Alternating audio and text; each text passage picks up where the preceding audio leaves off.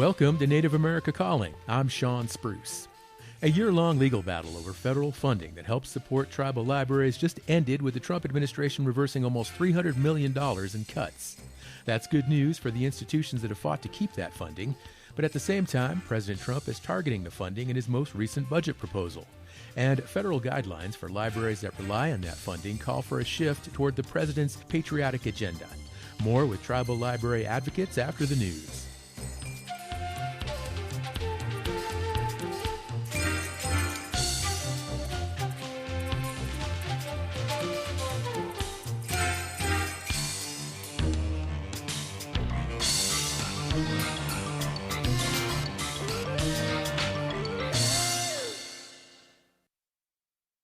This is National Native News. I'm Jill Freitas. The Bureau of Reclamation is announcing more than $6.3 million in technical assistance funding for tribal water projects across the country.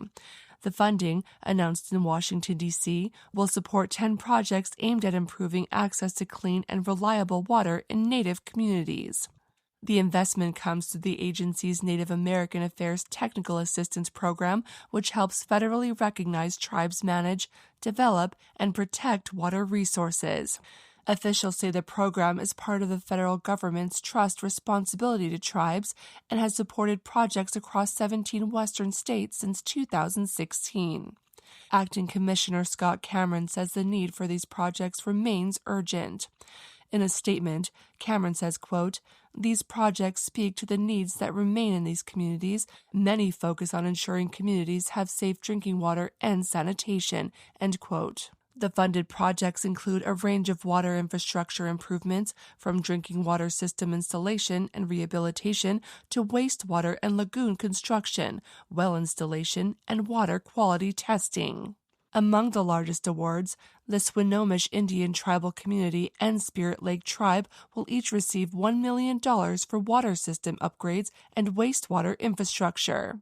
Other projects include nearly $1 million for the Mesa Grande Band of Mission Indians for drinking water improvements and more than $950,000 for Nambe Pueblo to support a community health drinking water initiative. An intertribal project led by the Intertribal Council will receive $675,000 to support water quality testing and accessibility across 9 tribal nations in Oklahoma. Additional funding will support projects for the Upper Skagit Indian Tribe, the San Carlos Apache Tribe, the Kaibab Band of Paiute Indians, the Fort Sill Apache Tribe, and the Epai Nation of Santa Isabel. Tribal leaders say the investments are critical not only for infrastructure, but for long-term community health, sustainability, and workforce development. Federal officials say the program is designed to strengthen tribal capacity and ensure tribes can protect and manage their own water resources for future generations. More than $2 million in grants is headed towards 2 tribes in North Dakota for road improvements. The Federal Highway Administration is giving $1.2 million to the Standing Rock Sioux Tribe for its BIA 3400 roadway realignment safety project. It'll fund improvements to a nearly 1-mile stretch to address slope, drainage, and crash history, according to a press release from North Dakota Senate Kevin Kramer. Standing Rock Sioux Chairman Steve Sittingbear told Buffalo's Fire that the work on BIA 3400 addresses a real risk his people have lived with, but added that one-time grants aren't enough. And roughly $770,000 went to the Spirit Lake Tribe for its Oyate walkway to make warning panels and improvements to existing crosswalks and pavement markings. Spirit Lake Tribal Chairman Lana Jackson Street expressed gratitude for the funding, adding that it would connect her community to the city of Devil's Lake. The grants are part of a $21 million package for tribes allocated through the Tribal Transportation Fund. A 2024 report by the Federal Highway Administration says Native people are at most risk of death in vehicle crashes, highlighting the need for safe and stable infrastructure across Indian country. I'm Jill Freitas.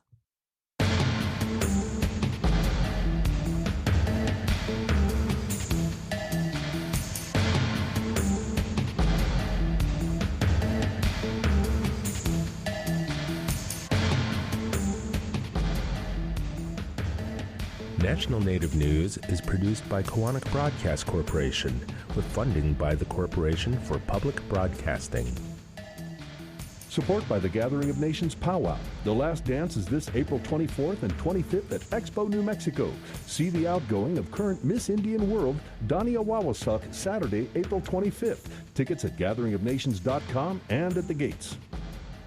Support by Sonosky Chambers Law, championing tribal sovereignty and Native American rights since 1976. From opioids litigation to treaty rights to tribal self-governance. With offices in Washington, D.C., New Mexico, California, and Alaska. Sonosky Chambers Law.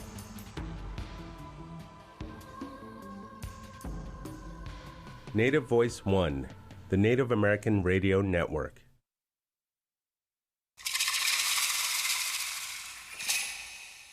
This is Native America Calling. I'm Sean Spruce.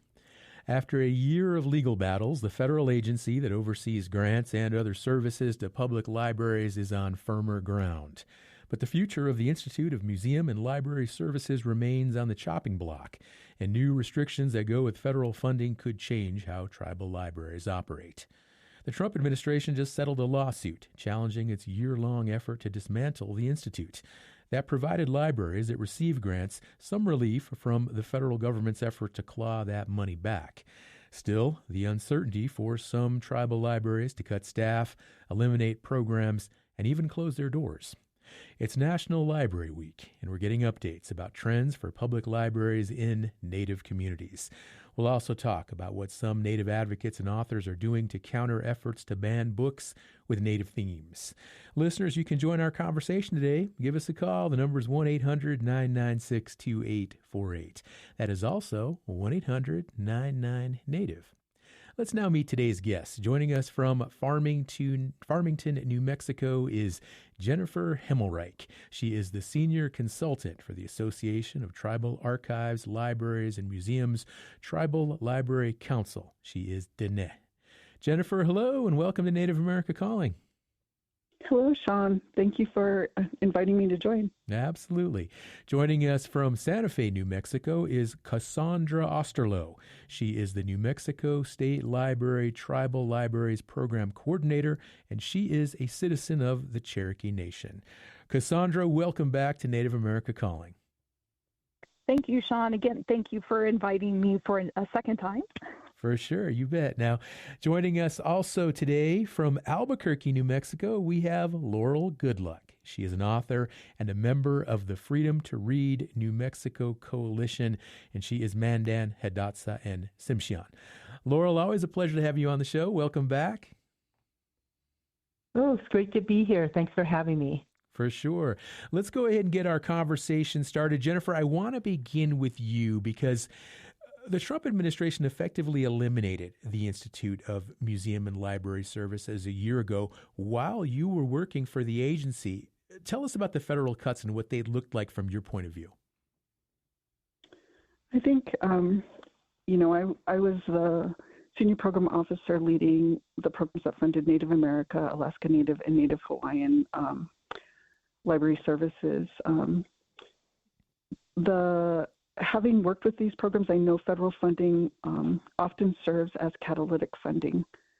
It helps libraries, and they saw them modernize technology, train staff, expand services, and reach underserved communities.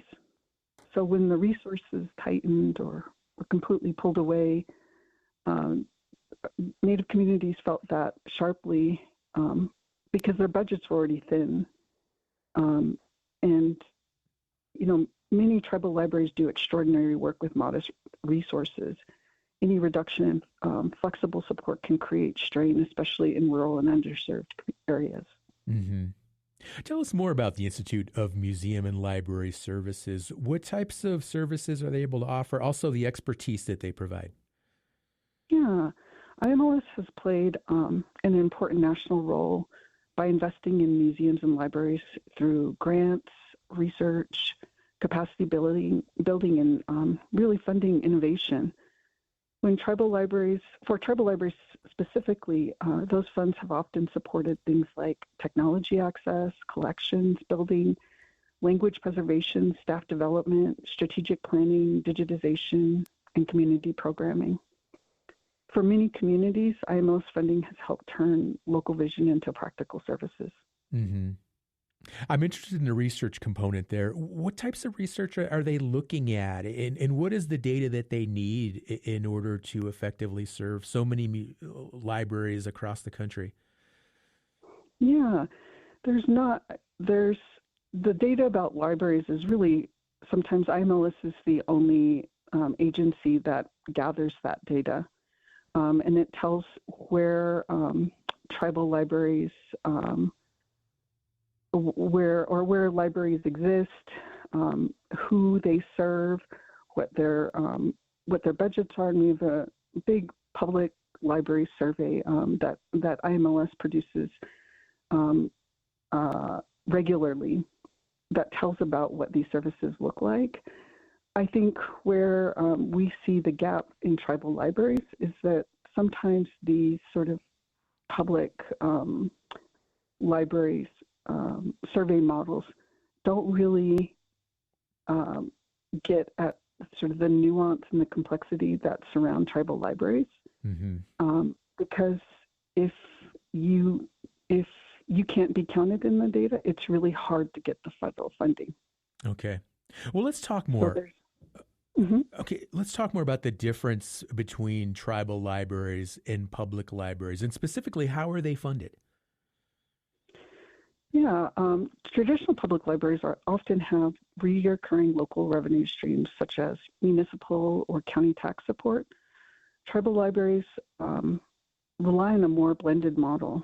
Some get some tribal appropriations, some get grants, partnerships, some state library funding, and sometimes project-based funding.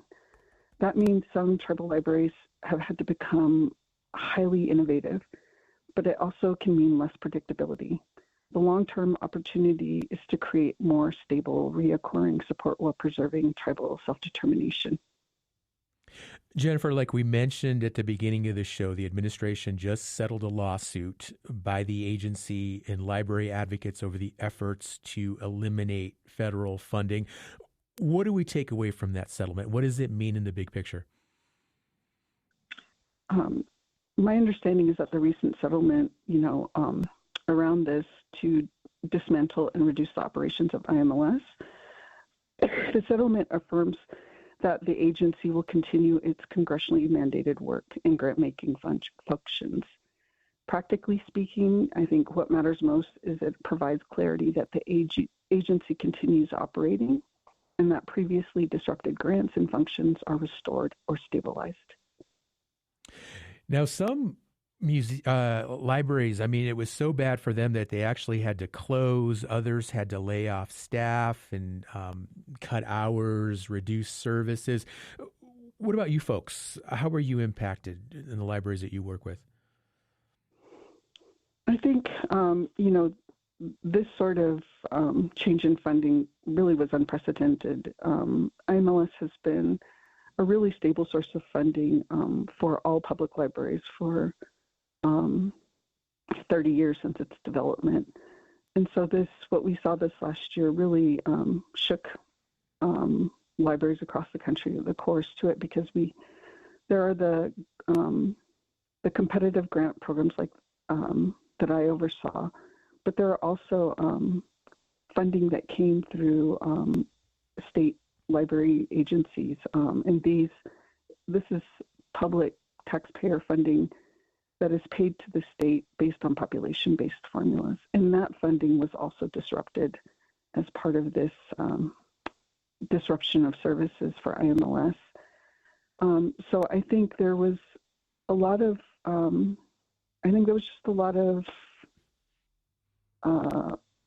uncertainty and fear, because libraries are places where folks can access free services, access to the internet. Sometimes it's printers, copiers, sometimes it's workforce development, applying for jobs, these sorts of places, after school care, homework support, these sorts of things. When funding is taken away, it really puts the staff in these institutions in the alerts of trying to figure out how to making that tough choice of, do we pause? Do we try to find funding? I think it was just, it's been very hard.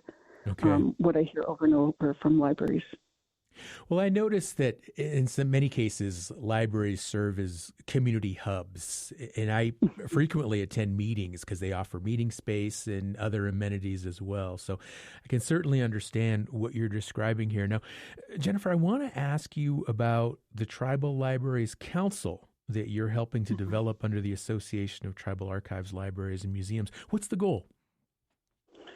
I think the goal is for us to really look at long-term stability for tribal libraries that doesn't come from a single funding source. It really comes from a diversified ecosystem.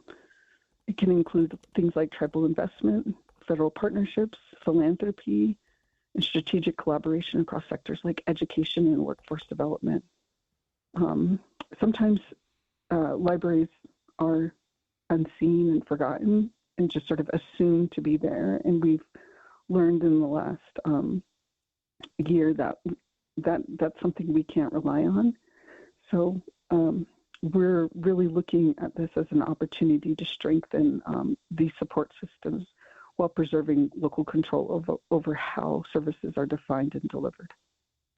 Jennifer, thank you for kicking off our conversation today here on Native America Calling. It is National Library Week, and we are talking with folks who have a lot of experience working in tribal libraries, and they're giving us a rundown with regard to current challenges with federal funding and other issues as well that impact your tribal library. And let's get some calls going, because I would really like to hear from some listeners in terms of how you use your local library. Maybe you go there for storytelling. Maybe you go there to use the computer or the internet.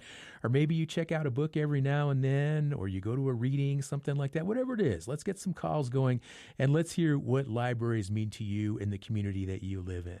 The number to our studio here in Albuquerque, New Mexico, as always, is 1-800-996-2848. Just pick up your phone, call 1-800-996-2848. We've got our producers, they're standing by.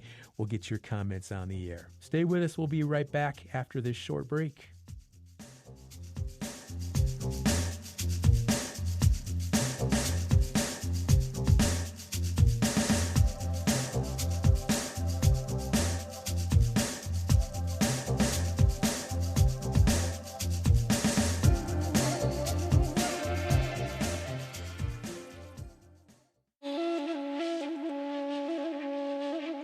Dene journalist Cattleya Catherine Lafferty explores the deep spiritual and physical interconnection between Indigenous peoples and the natural world. In her new nonfiction work, Mother Earth is Our Elder. Lafferty joins us for Earth Day on the next edition of Native America Calling.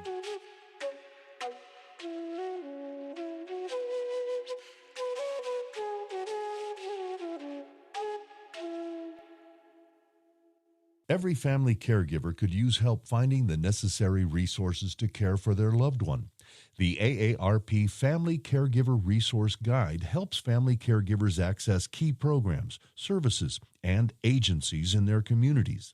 A copy of the guide is available by calling 877-333-5885 or online at aarp.org/caregiverresources. AARP supports this show. Thank you for listening to Native America Calling. I'm Sean Spruce, and we're checking in with public and tribal libraries today. The federal agency that oversees some public funds for tribal libraries is the focus of efforts by the Trump administration to cut funding and impose restrictions. You can join our conversation today by calling 1-800-996-2848. How do you use your public library? Do you access books and other printed materials? Maybe you check out DVDs, or maybe it's a nice setting that offers access to computers and reliable internet.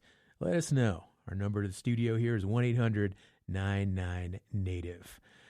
Let's hear now from Cassandra Osterloh, New Mexico State Library Tribals Program Coordinator. And Cassandra, tell us more about the tribal libraries that you have worked with. How have they been impacted over the past year by federal funding uncertainties? Yeah, thank you, Sean. We have a handful of the tribal libraries in New Mexico. They're Currently, there are 24, but there have been a handful that have been regularly applying for and receiving the federal funding, the Native American Library Services Basic Grants.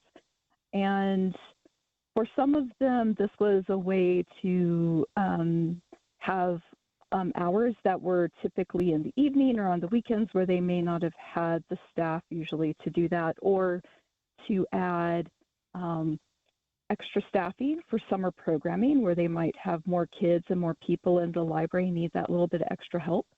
There's also, some of the libraries use that funding to help pay for utilities or the actual staff member that, otherwise they'd have no person to staff the library. I have a couple of the libraries in New Mexico that are just developing. They're just starting out.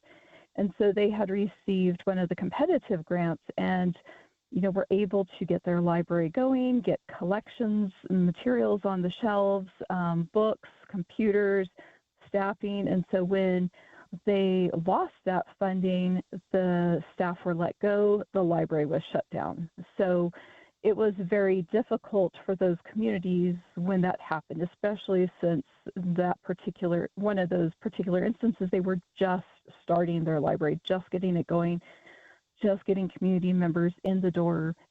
And then funding came back to them. The damage had been done, right? Like the staff that had been let go, they're gone. They needed to find different jobs, right? So they're somewhere else. So we're still working through that, even though it's been almost a year of funding being given back from the grant that had been taken away. They're still trying to get back to where they were a year ago. And I would guess that that's a very similar case for tribal libraries across the country. Okay. And that's what I'm curious to learn more about, because, of course, there's a settlement. Grants are being reinstated, but it doesn't sound like everything is just automatically going back to normal. There's still uncertainty, and there's still a rocky road there in terms of getting all these libraries back online and operating the way that they need to operate to serve their communities, it sounds like. Right, exactly. And so for those libraries who did receive those grants back in, last fiscal year, and they got them back, they're like, okay, great, let's draw down all this money right away if we hadn't done it, because we don't know next week, are they going to come back and say they want their money back? They're going to take it back again, right? So, working with then internal tribal policies to make sure that they can do that, because everybody's a little different in how that works financially. So trying to get everybody on the same page of, yes, we need to do this because we don't know what's going to happen, even in a day or two, right?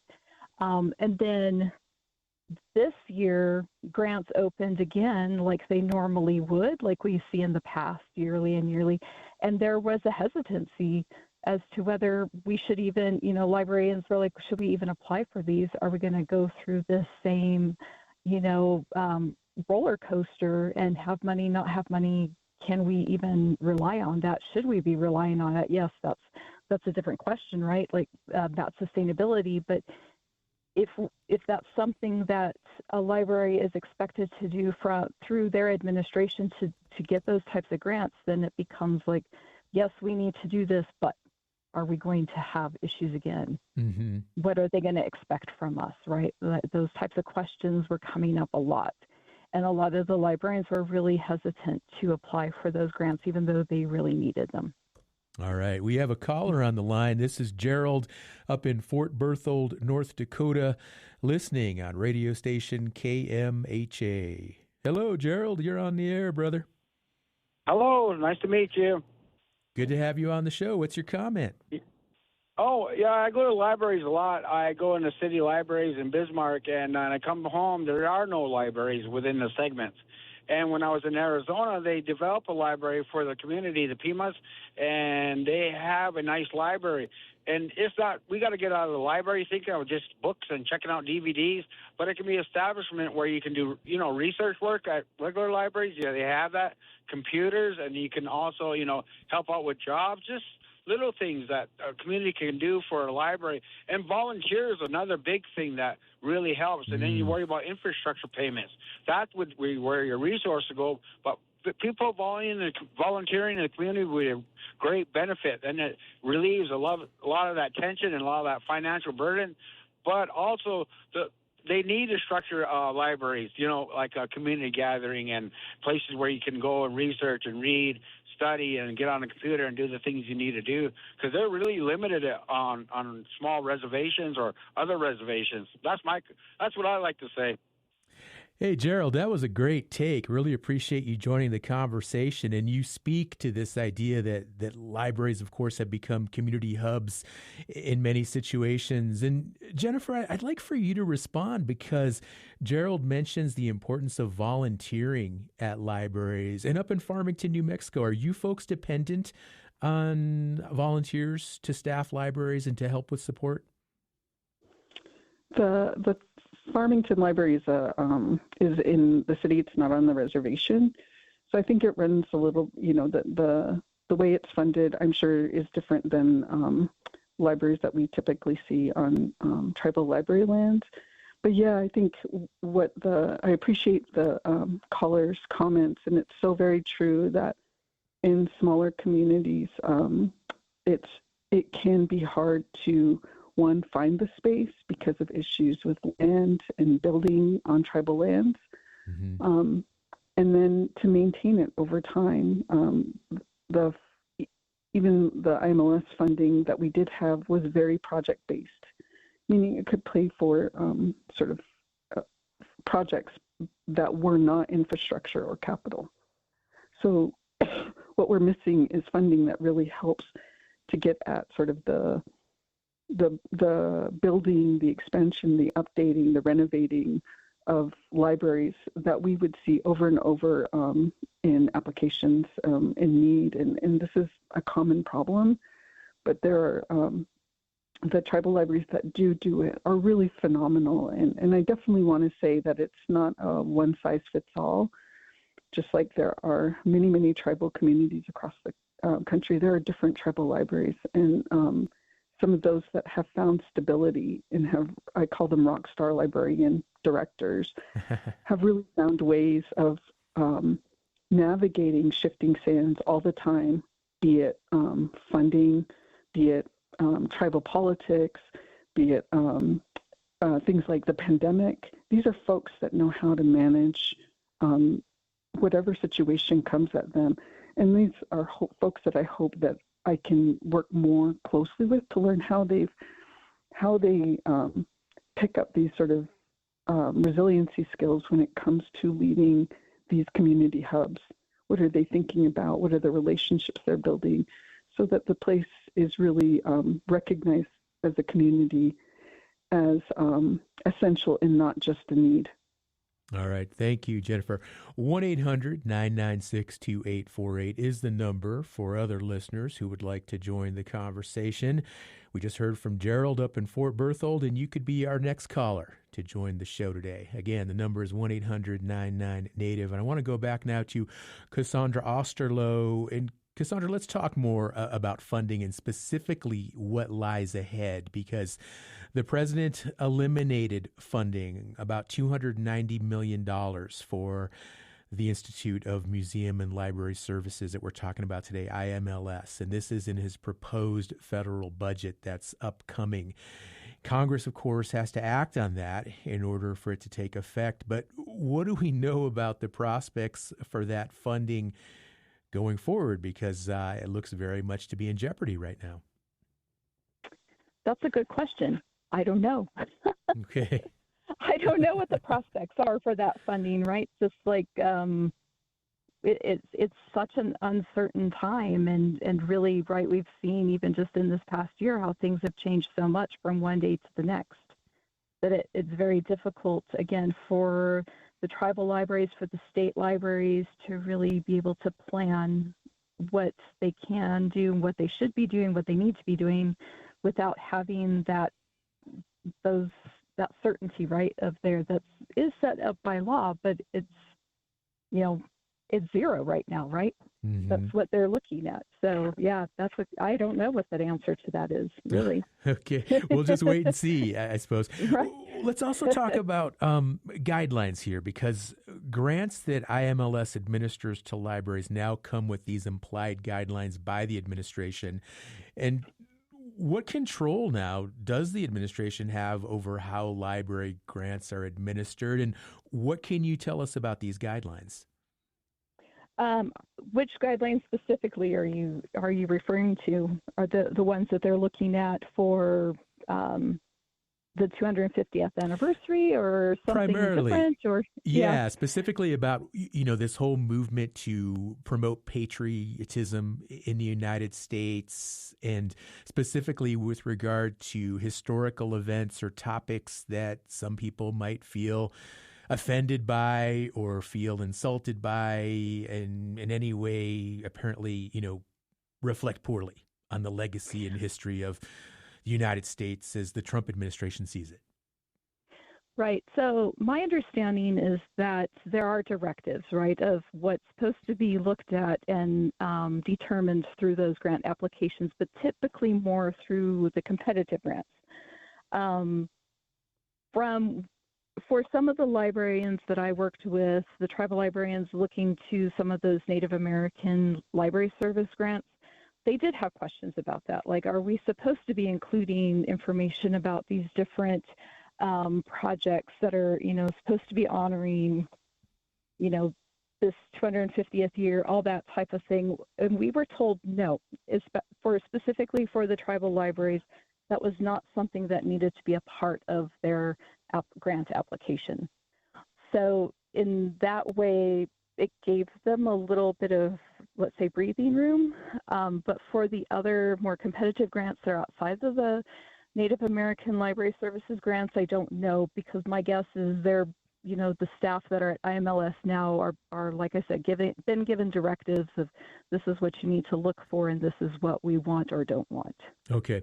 Cassandra, I also want to ask you about these freedom trucks that have been proposed, and there are millions of dollars in this upcoming budget set aside to equip these special vehicles called freedom trucks that will go out into communities, and they will promote America 250 and other historical issues in a light and in a way that the administration wants that information presented.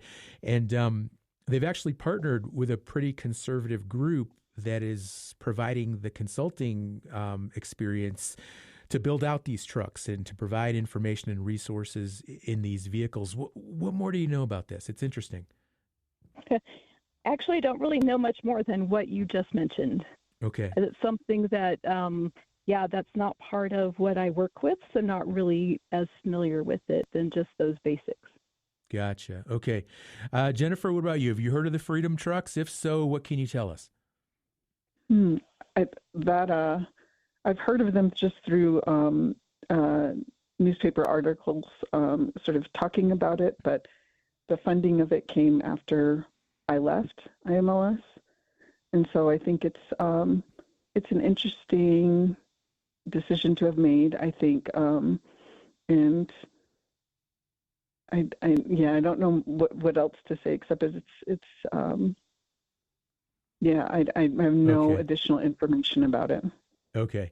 I think another issue there is this could potentially compete with funding that would ordinarily go to libraries. So that's another issue that we're going to want to think about. And Cassandra, I want to go back to you. We have a couple of minutes before we have to take our next break, but I know that you frequently visit tribal libraries throughout the state of New Mexico.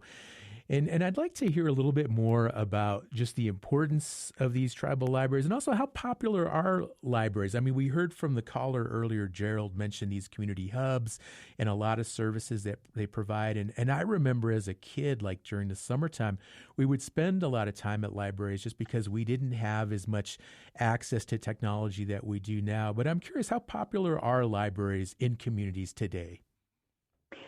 Yeah, in the tribal library communities in the state of New Mexico, they're very popular. And Jennifer mentioned a lot of the resources that the libraries provide. I see that throughout our state.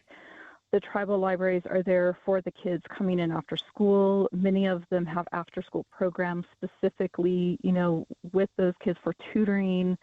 They even have tutors on site that they bring in to help with that. So they're that resource, but also that safe place that those kids can come. There's a lot of multi-generational programming that's happening, teaching younger ones, some different traditional skills with elders there to help walk them through that process, or doing the teaching and perhaps including language within that program.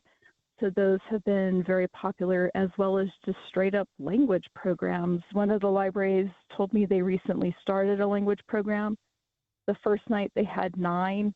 By the fourth night they did it, once a week, they had over 25 people there. And they had, a range of ages from 18 into like mid 70s. So it was something that seemed to be needed. And that's something that, they and other, the tribal libraries look at: what is the community wanting? What do they need? And how can we provide it? And, not just having books on the shelves or having the computers that are, that they can access, but having those other services, having other items to check out, like a sewing machine available, or, tackle boxes, or your child is interested in a telescope, they can check it out to see if it's something they want before buying it. So. All right. Well, one thing's for certain, libraries aren't just about books anymore. That's for sure. So we're going to take a short break. We'll come back and we'll talk with Laurel Goodluck,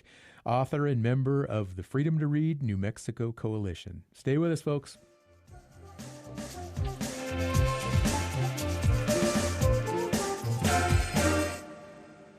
Support by the Gathering of Nations Powwow. The last dance is this April 24th and 25th at Expo, New Mexico. The Gathering of Nations Traders Market will be in the Creative Arts and Lujan buildings both days. Tickets available at gatheringofnations.com and at the gates. Kaufman & Associates has over 35 years of experience serving Indian country, supporting growth, transformation, and sustainability of tribal programs. More at kaufmaninc.com, KAUFFMANINC.com. We're glad you're with us today on Native America Calling. I'm Sean Spruce, and we are learning about trends for libraries and also access to books. A handful of states are fighting for control over what books are allowed in public and school libraries. And Congress is currently considering legislation that most library advocates say could fundamentally change material that is available to the public. You can join us by calling 1-800-996-2848. That number is also 1-800-99-NATIVE. Let's bring Laurel Goodluck into our conversation now. She is, of course, an acclaimed children's author and also a member of the Freedom to Read New Mexico Coalition. And Laurel, let's talk about books being banned. You've been on this show before, and you talked about one of your books that was banned. Refresh our memories. Where was it banned? Why? And by who? Yes, actually, there's 2 books that were banned. One was a soft censorship, I guess you call it, and the other one was banned. The first book that was banned is called Forever Cousins, and it's a picture book. It's a sweet picture book about 2 little cousins who love each other, and one is moving away back home to the reservation, and it's really a story about how they keep connected through family and culture. But that book was part of a box of books that was selected by a teacher through a grant, and she is a teacher in Michigan and was in the Brandywine School District, and she won the grant, and so those books were being sent to her. But the school board stopped her from getting the books and shelved them and said that they were sexually explicit, was how my book was part of that label. And so it took a lot of authors and a lot of people to go to the school board and advocate to get those books back on the shelf. So that teacher who wanted to diversify her library and her own classroom could have access to them. So that was the first book that was banned. So it's back on the shelf, but that's when I first started learning about how important school boards are. But I'll tell you the second book was She Persisted, Deb Holland, which is a early reader chapter book with the She Persisted series with Chelsea Clinton. And this book was also in a certain area with scholastic books, you know, those fun book fairs that we've all been to as kids, and our kids still go to them. But the librarians who are bringing into a scholastic book fair into their school had the choice to push what was called the diverse button. So if they pushed that button, they would not get any diverse books for their scholastic book fair. And it's not because librarians don't want those books in there, but they're being pressured so much with book banning. Their funding is being cut, as Cassandra and Jennifer were talking about, but also threats in their community and even, you know, their livelihood. So understand that they're under pressure, but still Scholastic, really, that was really not a good move on them. And they sense with more pressure of other authors and publishing companies supporting the authors, they've since changed that and apologized. And in their apology letter said, I'm sorry for segregating. And it's this day and age that organizations are segregating again through our books. Laurel, the way you describe the diverse button, that just sounds really Orwellian. That's just bizarre to hear it described like that. Now, I also want to ask you about Mothers for Liberty. This is an organization that is specifically pushing a lot of these book bans, and you're not the only Indigenous writer that has been targeted by Mothers for Liberty. What are some other books and authors that have made their lists? Let me see. I know that Fry Bread by Kevin Millard is on the list. I know Tracy Sorrell. What is her first book that she wrote? Well, she is an author. Maybe I know one book or two books are on the list. And Debbie Reese has an extensive list of all of those books that are on it. I'm just going blank, but I know those two are. And there's probably about 20 books in total that go in and off the list. And so I'm not the only author that's on this. All right. And I know we've discussed some of these books that you just mentioned as well on our show before. I also want to ask you about the president, who's been critical of books or texts that portray the country in what he and his supporters say is a bad light. And we touched on this a little bit earlier in the show. Now, this includes elements of Native American history, culture as well. What do you know about the type of content that is being targeted right now by people who want to control public access to books? Yes, I think it's the overall goal of them to not have our history in the books. They don't want to have a broad history as they always have, because even before the president had these statements and these rules that he's trying to establish, we've always had to contend with not having our history in the books. And 80% of the United States school curriculum doesn't go past the 1890s when it comes to Native American history, which really is just our history. And so that's why I know a lot of authors will say of picture books, will write a lot of extensive back matter to get that history into the school. So it's another way to control the narrative and to definitely streamline how they see the country was put together, which really isn't the truth, the whole truth. Mm-hmm. Laura, let's also talk about some states that have passed legislation that would prevent books from being banned. Can you tell us more about what's referred to as these freedom to read bills? Right. So take an example here in New Mexico. The coalition, the Freedom to Read New Mexico Coalition, just became stronger this past year, and banned a lot of organizations together who all believe in the same freedom to read. Also the freedom of speech is what is under attack. And so we're trying to put together this legislation so that we can have this freedom to read and make sure that anti-book banning bills in our state and supporting them. Unfortunately, the three anti-book banning bills that we had in 2025 didn't get passed. And so we have more work to do on that, and especially because it's our state voice that we can protect. We may not be able to protect our national, federal voice with the administration that's in, so it's important that we get these into place so that we can protect that.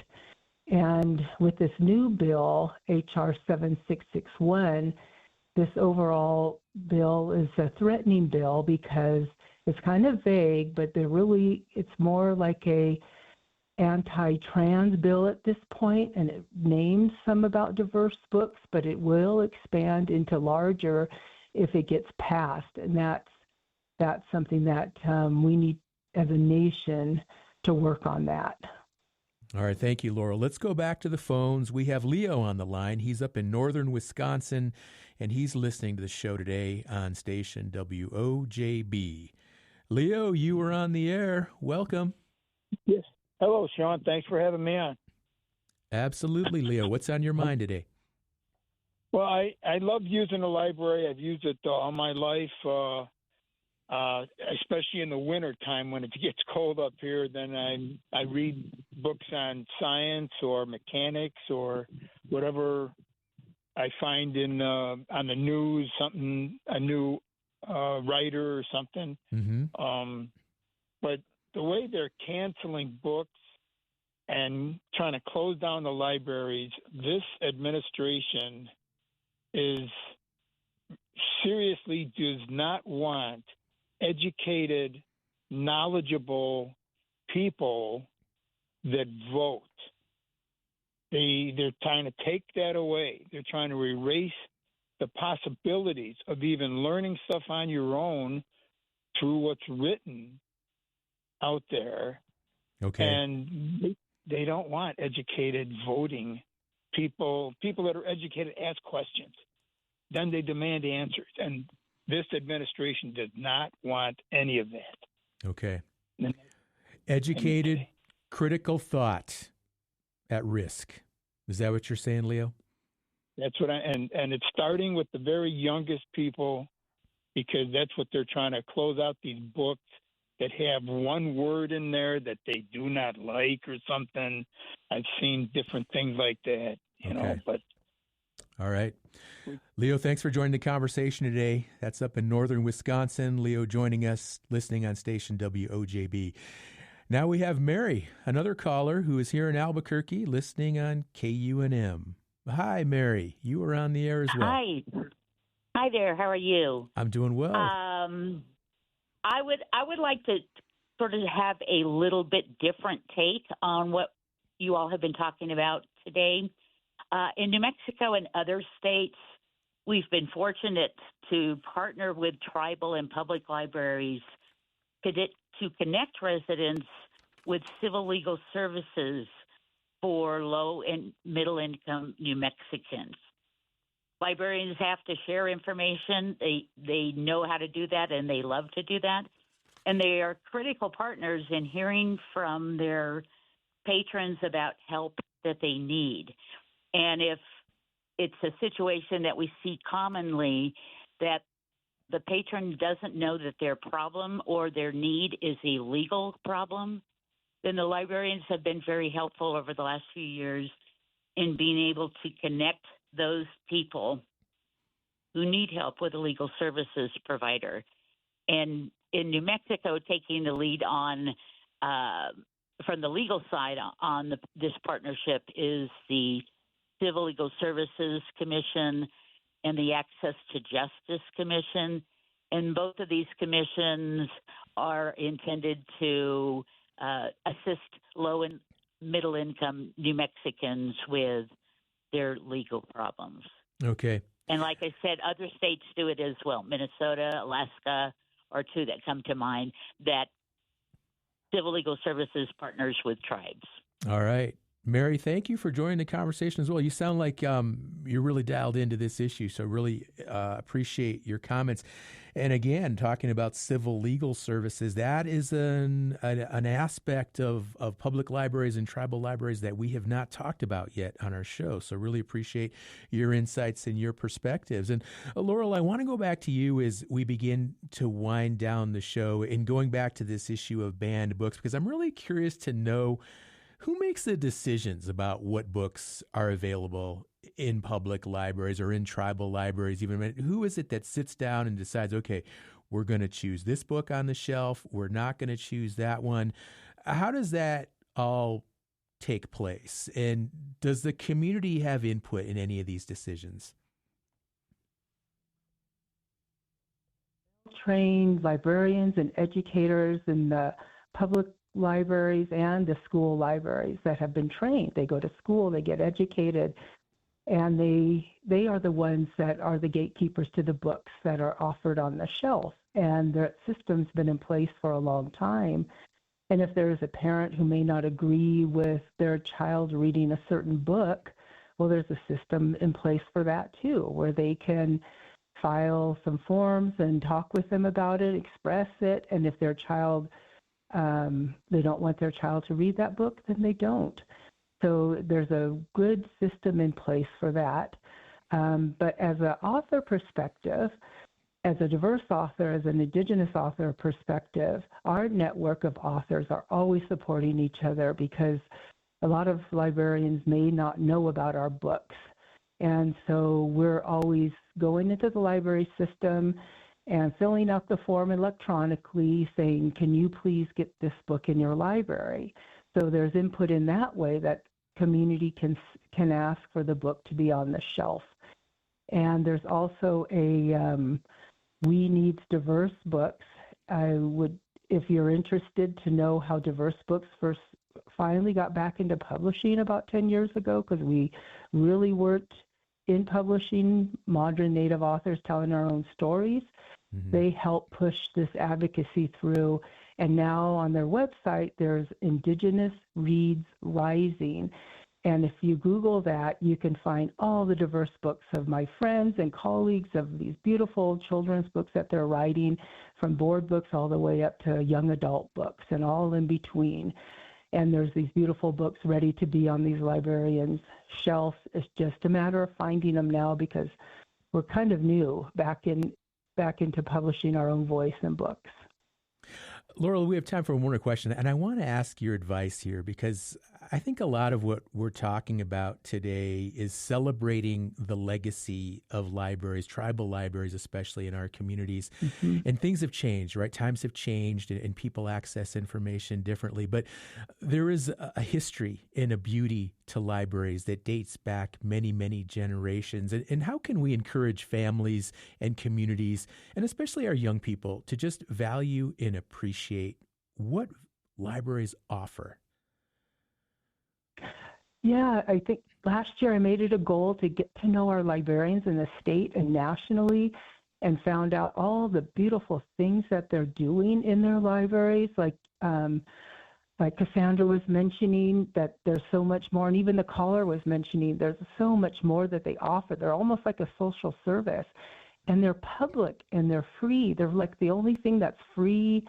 You know, you can go there and access, and they just do so much more than the beautiful books on the shelf, but they have so many different programs. So I would say that our families just give it a chance and go walk through the door and find out what your local community library has to offer. And if they don't have it there, there's this big network digitally of a system to get what you need in your books too. So it is such a great place for kids to go, and like one of your speakers said, is to feel safe in a place that you can just read all the books and you can find all the different programs. All right. And with that, we're out of time. We're going to have to wrap it up. Big thanks to our guests today, Jennifer Hemmelreich, Cassandra Osterloh, Laurel Goodluck, and also our callers who joined the conversation as well. Please join us tomorrow on Earth Day for a look at the book Mother Earth is Our Elder. It's a new one by Dene storyteller Katlia Catherine Lafferty. I'm Sean Spruce. We'll talk again soon.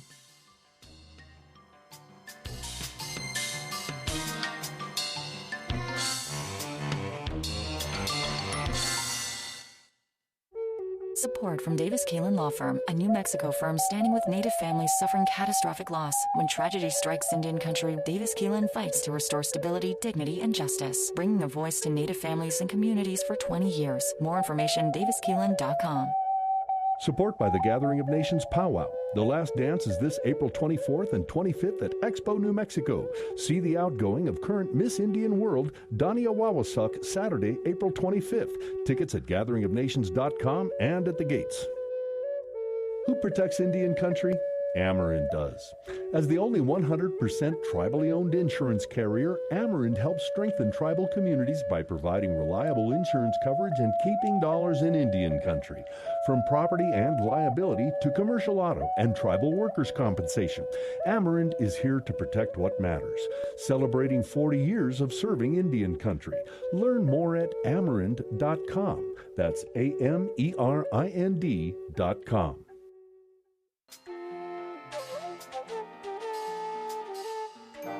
Native America Calling is produced in the Annenberg National Native Voice Studios in Albuquerque, New Mexico by Quantic Broadcast Corporation, a Native nonprofit media organization.